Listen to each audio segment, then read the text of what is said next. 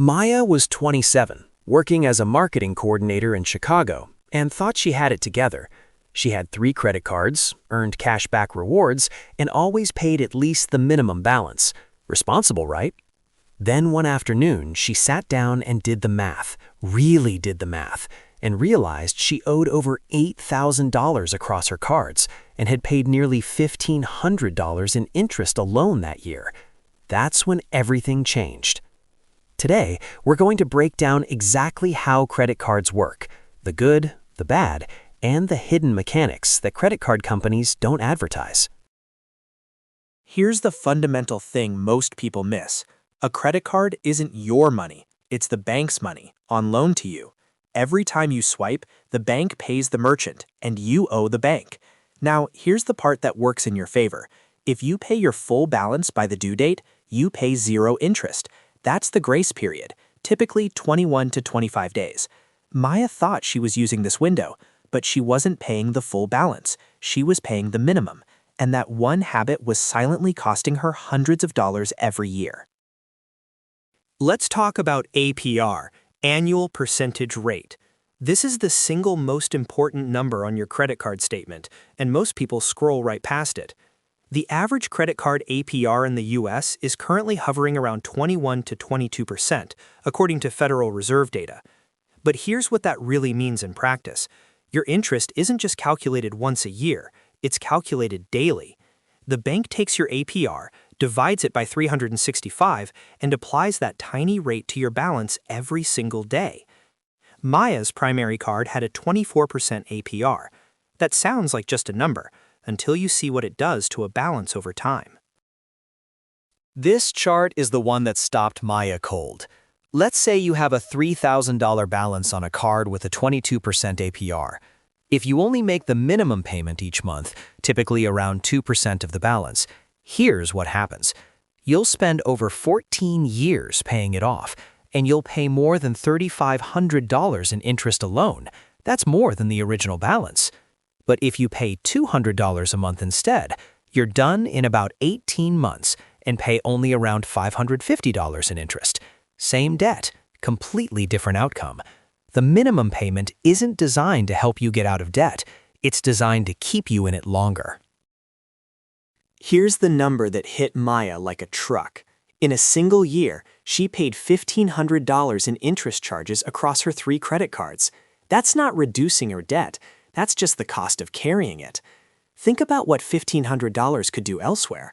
That's 3 months of contributions to a Roth IRA, or a fully funded emergency fund starter, or a year of index fund investing. According to the Consumer Financial Protection Bureau, Americans collectively pay over $100 billion in credit card interest and fees every single year. That money flows from consumers to banks, not the other way around. Here's where credit cards can actually work for you, if you understand the rules. Your credit score is heavily influenced by how you use your cards. The biggest factor, 35% of your FICO score, is payment history. Pay on time, every time. Second biggest factor is credit utilization, how much of your available credit you're using. Financial experts generally recommend keeping that below 30%. Maya had a $5,000 limit on one card and was carrying a $4,200 balance. That's 84% utilization. Her credit score had dropped nearly 60 points without her realizing it, which affected her ability to get a better rate on an auto loan she needed. Here's some important context. Let's look at how credit card APR stacks up against other common interest rates Americans deal with. The average 30-year mortgage rate has been around 6 to 7% recently. Auto loans average around 8 to 9% for new vehicles. Student loan rates vary, but federal loans typically run 5 to 8%. But credit cards? They average over 21%. In-store branded cards often hit 28 to 30%. This is why carrying a credit card balance is almost always the most expensive debt you can have. Maya's financial turning point came when she saw this comparison and realized she should have been attacking that credit card debt before anything else. So how do you actually use credit cards without falling into the trap? The single most important rule: pay your full statement balance every month. Not the minimum, the full amount.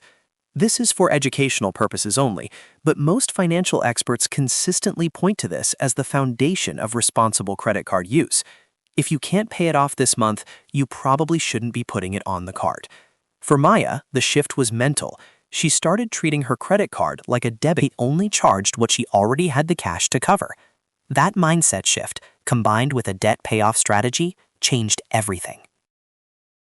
Here's how Maya actually paid off her $8,000 in 18 months. She sat down and listed every card, the balance, the APR, and the minimum payment. Then she used what's called the avalanche method, throwing every extra dollar at the highest interest card first while making minimums on the others. She also audited her subscriptions and found $340 a month she was barely using. That became her debt weapon. Every time she paid off a card, she rolled that payment into the next one. By month 18, she was completely credit card debt-free, and her credit score had climbed back up 75 points because her utilization dropped dramatically. Here's the part of Maya's story that really makes it click. Once she was debt-free, she took that same $340 a month she had been throwing at credit card debt and started investing it. Based on historical average stock market returns of around 10% annually, that $340 a month grows to nearly $18,700 in just 4 years. And in 20 years, it could approach $250,000. That's the real opportunity cost of credit card debt. It doesn't just cost you the interest you pay, it costs you the wealth you could have built. All investments carry risk, and past performance doesn't guarantee future results. But the math clearly favors investing over paying 22% interest. Maya didn't need to cut up her credit cards. She still uses them today, earning cash back on groceries and travel.